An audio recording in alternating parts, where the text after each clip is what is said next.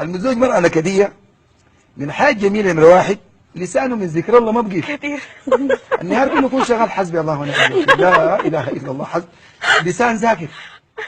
لو هي ما كانت نكدية ما كان لسان ذكر، بيكون انسان ذاكر. دي واحد. اثنين، بيغض النظر، لانه حقيقه بتكرهوا لك النسوان كد ما بعين اي مرة. كويس.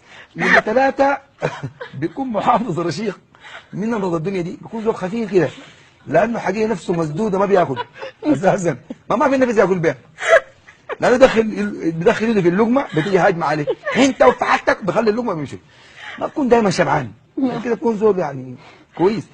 الفائده الرابعه المهمه، بتغوص صله الرحم، لان الراجل ما بيجي البيت طوالي، تلقي لافي عماته وخالاته وبنات خالته بلفلف لحد اخر الليل، يجي زول ما بدور البيت، عشان كده ما يمشي وين، يعمل كلها زيارات.